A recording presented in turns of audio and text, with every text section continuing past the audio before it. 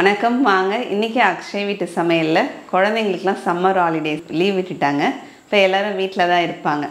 அவங்க ஏதாவது ஒரு ஈவினிங் ஆச்சுன்னா ஒரு ஸ்நாக்ஸ் கண்டிப்பாக கேட்டுகிட்டே இருப்பாங்க.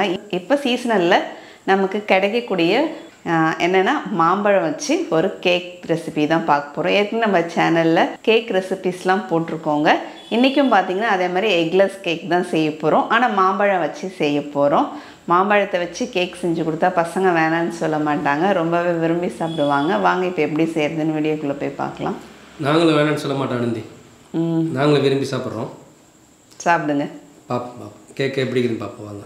இப்போ இன்றைக்கி நம்ம ரவை வச்சு தாங்க கேக் செய்ய போகிறோம். மைதா மாவுலாம் எதுவும் சேர்க்க போகிறதில்ல. இப்போ 1 கப் அளவுக்கு ரவை. இந்த ரவை வறுத்த ரவை வறுக்காத ரவை எதுவுமே கணக்கு இல்லை. இந்த 1 கப்பில் தான் எல்லா மெஷர்மெண்ட்டும் நம்ம எடுக்க போகிறோம். இப்போ இந்த 1 கப் ரவையை இந்த மிக்ஸி ஜாரில் சேர்த்துடலாங்க. உப்புமாக்கெலாம் நம்ம வச்சுருக்கக்கூடிய ரவை. அடுத்தது சர்க்கரை. இப்போ அடுத்தது பார்த்திங்கன்னா சர்க்கரை எடுத்துக்கலாங்க. இப்போ 1 கப்பு ரவைக்கு அதே கப்பால் 1/2 கப் அளவுக்கு சர்க்கரை சேர்த்துக்கலாங்க. இது கூடவே ஏலக்காய், வாசனைக்கு ஏலக்காவில் இந்த தோல் போட வேணாம், இந்த விதையை மட்டும் நம்ம எடுத்துகிட்டு போட்டுக்கலாம்.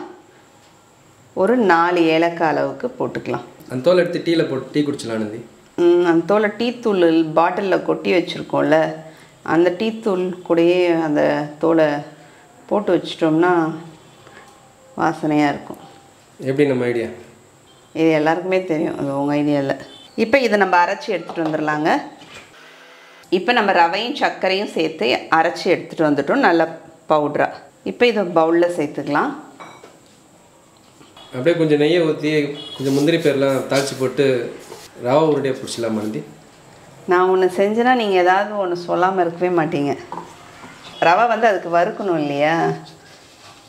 நீங்கள் தான் சொல்லுவீங்களா, அதாவது வறுத்த ரவையாக இருந்தாலும் பரவாயில்ல, வறுக்காத ரவையாக இருந்தாலும் பரவாயில்ல. அது ரவை உண்டைக்கு வறுத்தன ஆகணும். இப்போ நம்ம ஒரு பவுலில் ரவையும் சர்க்கரையும் மாற்றிட்டோங்க. இதில் ஒரு 2 சிட்டிகை அளவுக்கு உப்பு சேர்த்துக்கலாம். அப்போ தான் டேஸ்ட் நல்லாயிருக்கும் கேக்குக்கு. இப்போ இது அப்படியே இருக்கட்டும் நமக்கு.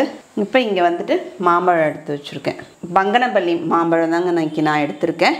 நல்லா மாம்பழம் நல்லா பழுத்து நல்லா இருக்கணும். இப்போ இதில் நம்ம தோல் சீவிடலாம். பார்க்க முன்னாடி எச்சு ஊறுது ஆனந்தி. நீ இந்த மாம்பழத்தை கட் பண்ணிட்டு வேறு மாம்பழத்தை எடுத்து நம்ம கேக் செய்யலாம். ஏன் ஸ்வீட்டாக இருக்கான்னு செக் பண்ணணும்ல. மாம்பழத்தில் தோல் சீவியாச்சு. மாம்பழத்தை இப்போ கட் பண்ணிடலாம். இந்த மாதிரி நம்ம இன்னொரு பக்கமும் கட் பண்ணிக்கலாங்க. இப்போ மாம்பழமும் இப்போ நம்ம ரவை அளந்த கப்லேயே அளந்துக்கலாங்க. 1 கப் அளவுக்கு நம்ம ரவை எடுத்துருந்தோம். அதே கப்பாலே 1 கப் அளவுக்கு இந்த மாம்பழ துண்டுகள். இதை மிக்ஸி ஜாரில் சேர்த்துடலாம். நம்ம ரவை அரைச்சோம் இல்லைங்களா, அந்த மிக்ஸி ஜார்லேயே சேர்த்துடலாம்.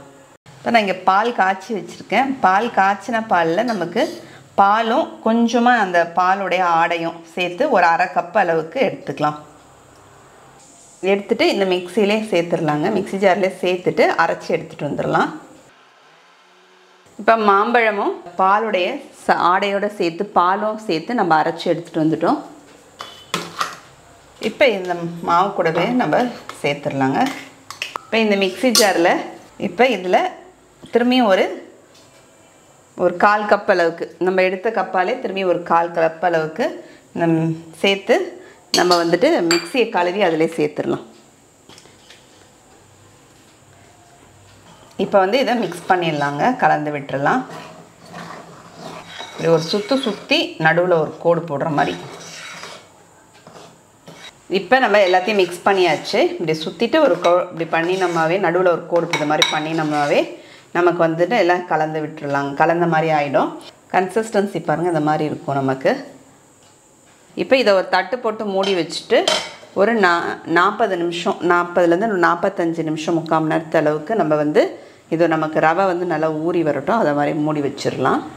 இப்போ நமக்கு இந்த பேட்டரை ஊற வச்சு பார்த்திங்கன்னா 40 நிமிஷம் போல் ஆயிடுச்சுங்க. 40லேருந்து 45 நிமிஷம் போல் ஆயிடுச்சு.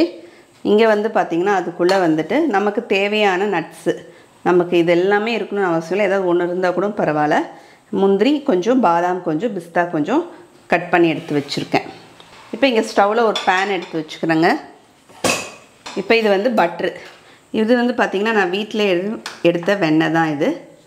இப்போ இந்த டேபிள் ஸ்பூனால் 2 டேபிள் ஸ்பூன் அளவுக்கு வெண்ணெய் எடுத்து போட்டிருக்குங்க. இதை கொஞ்சம் நம்ம மெல்ட் பண்ணிக்கலாம். இது அப்படியே ஸ்டவ்லேருந்து இறக்கி வச்சுட்டு இப்போ நம்மளுக்கு கேக் வேக வைக்கிறதுக்காக பாத்திரத்தை சூடு பண்ணிடலாம். நம்ம அவன்லாம் ப்ரீ ஹீட் பண்ணுற மாதிரி தாங்க. இதுக்குள்ளே அந்த கேக் பாத்திரத்துக்கு வைக்கிறதுக்காக ஒரு ஸ்டாண்டு, அந்த ஸ்டாண்டு இது உள்ளே வச்சுக்கிறேன். வச்சுட்டு இப்போ மூடிடலாம். இது ஒரு 5 நிமிஷம் போல் அப்படியே சூடாகிட்டே இருக்கட்டும். இப்போ நம்ம இந்த கேக்கை வேக வைக்கிறதுக்காக ஒரு கேக் டின்னு இதை மாதிரி இல்லைன்னா நம்ம வீட்டில் இருக்கிற டிஃபன் பாக்ஸ் கூட நம்ம எடுத்துக்கலாம். அதில் வந்து பார்த்திங்கன்னா பட்டர் பேப்பர், அந்த பட்டர் பேப்பர் போட்டுட்டு அதுக்கு மேலே நம்ம உருக்கின வெண்ணெயிலேருந்து கொஞ்சமாக அந்த வெண்ணெயை பட்டர் எடுத்து தடவி வச்சுருக்கேன். அப்படியே இந்த சைட்லேயும் பார்த்திங்கன்னா அப்படியே நம்ம ஓரத்துலேயும் தடவிடலாங்க. அப்போ தான் நமக்கு கேக் நல்லா ஒட்டாமல் வரும். அதுக்காக தான் அது. இப்போ இந்த இதில் பார்த்திங்கன்னா பேக்கிங் பவுடர் சேர்க்க போகிறேன். 1 ஸ்பூன் நம்ம எடுத்துக்கிட்ட அளவுக்கு பார்த்திங்கன்னா 1 ஸ்பூன் அளவுக்கு பேக்கிங் பவுடர். அப்படியே நம்ம வந்து உருக்கி வச்சுருக்கிற இந்த பட்டரையும் சேர்த்துடலாங்க. இப்போ பட்ரு சேர்த்துட்டு பேக்கிங் பவுடரையும் சேர்த்துட்டு அப்படியே கலந்துக்கலாம். இப்போ நம்ம கட் பண்ணி வச்சுருக்கிற நட்ஸ்லாம் பார்த்திங்கன்னா கொஞ்சம் கொஞ்சமாக போட்டுக்கலாம் ஃபஸ்ட்டு. அதுக்கப்புறமா மேலே வந்து கொஞ்சமாக தூவிக்கலாம். இப்போ அவ்வளோதாங்க, நம்ம கலந்து விட்டுட்டோம். இப்போ வந்து கேக் டின்னில் ஊற்றிடலாம். இப்போ நம்ம எல்லாத்தையும் சேர்த்துட்டோங்க கேக் டின்னில். இப்போ நமக்கு இது 3/4 அளவுக்கு இருந்துச்சுன்னா வெந்து வரும்போது பார்த்திங்கன்னா நமக்கு ஃபுல்லாக அழகாக வெந்து வரும். கீழே ஒரு 4 தட்டு தட்டுவீங்களா? தட்டில் அண்டி யாரெல்லாம் போகிறதுக்கு. இதோ இப்போ நம்ம கட் பண்ணி வச்சுருக்கிற இந்த நட்ஸ் எல்லாம் அப்படியே கொஞ்சம் மேலே தூவிடலாங்க. இப்போ இதை அப்படியே ஒரு 2-3 தடவை தட்டிடலாம். இப்போ இது மூடி போட்டு நம்ம சூடு படுத்துறது பார்த்திங்கன்னா ஒரு மிதமான தீயில் ஒரு 5 நிமிஷம் போல் ஆகிருக்குங்க. நமக்கு ப்ரீஹீட் அவன்லாம் ப்ரீஹீட் பண்ணுறோம்ல அதை மாதிரி தான்.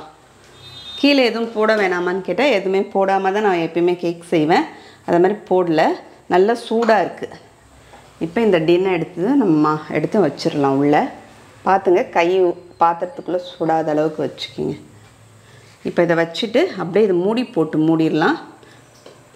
இப்போ இந்த பக்கம் ஒரு ஹோல்ஸ் இருக்குல்ல, அது இப்போ இதை மாதிரி ஒரு பேப்பர் வந்து சுருட்டி இதில் வச்சிடலாங்க. நமக்கு அந்த காற்று வெளியில் போகாத அளவுக்கு.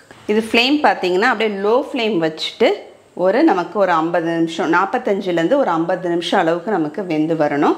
அப்படியே ஃப்ளேம் வந்து இதில் பெரிய பர்னரில் தான் வச்சுருக்கேன். அது ஒரு சிம்மில் வச்சுட்டேன், நல்லா லோ ஃப்ளேமாக வச்சுருக்கேன் பாருங்கள். இப்போ நமக்கு கேக் வேக வச்சு பார்த்திங்கன்னா நமக்கு நல்லா லோ ஃப்ளேமில் வேக வச்சு ஒரு 50 நிமிஷம், கரெக்டாக 50 நிமிஷம் போல் ஆயிடுச்சுங்க. நான் திறக்கவே இல்லை நடுவில்லாம். நம்ம எடுத்துடலாம். ஸ்டவ்வும் ஆஃப் பண்ணிடுறேன். ஓரங்கள்லாம் பாருங்கள் நல்லா வெந்திருக்கு. இப்போ நடுவுலேயே நம்ம குத்தி பார்த்துடலாம். அடி வரைக்கும் போயிட்டு வந்திருக்கு, எங்கேயுமே நமக்கு ஒட்டலை பாருங்கள். ஒட்டலைன்னா வெந்துருச்சுன்னு அர்த்தமா? இப்போ எடுத்துடலாங்க.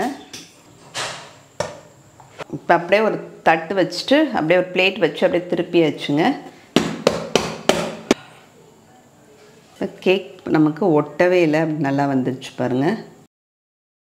இப்போ மாம்பழ கேக்கு ரெடி ஆயிடுச்சுங்க. இப்போ டேஸ்ட் பார்த்துடலாம். நான் உண்மையாக தான் சொல்லுவேன். சொல்லுங்க.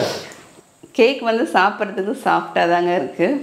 ஆனால் மாம்பழம் அந்த போட்டதுனால மாம்பழ ஃப்ளேவருக்கு பதில் மாம்பழ எசன்ஸ் ஊற்றினா எப்படி இருக்குமோ அந்த மாதிரி தான் டேஸ்ட் வருது. கேக்கை பற்றி வந்து ஆஹா ஓஹோன்னுலாம் சொல்ல முடியாது. ஓகே, சாப்பிட்லாம். ரொம்ப நல்லாவே இல்லை, சாப்பிடலாம் முடியாதுலாம் சொல்ல முடியாது. சாப்பிடலாம், அவ்வளோ நல்லாயிருக்கு. ஓகே, நீங்களும் அது மாதிரி எப்படி செஞ்சு பார்த்துட்டு எப்படின்னு கமெண்ட்டில் சொல்லுங்கள். அடுத்த வீடியோவில் பார்க்கலாம். தேங்க்யூ.